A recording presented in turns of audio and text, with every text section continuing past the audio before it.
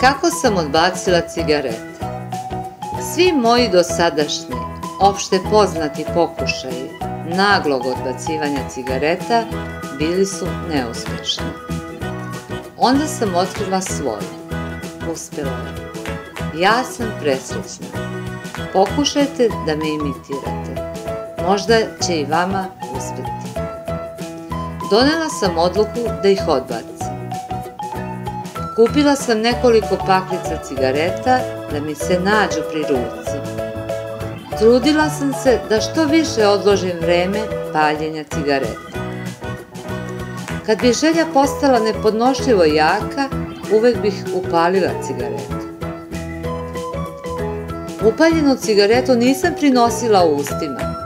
Pustila bih je da izgori u mojoj ruci.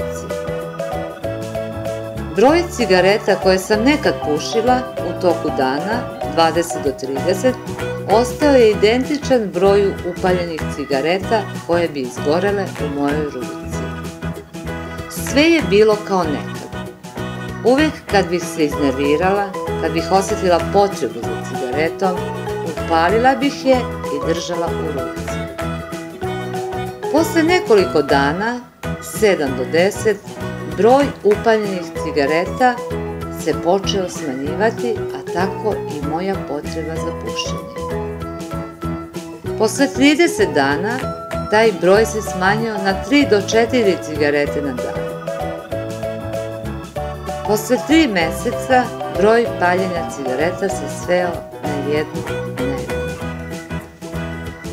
Evo, od moje odluke o odbacivanju cigareta prošlo je 5 meseci.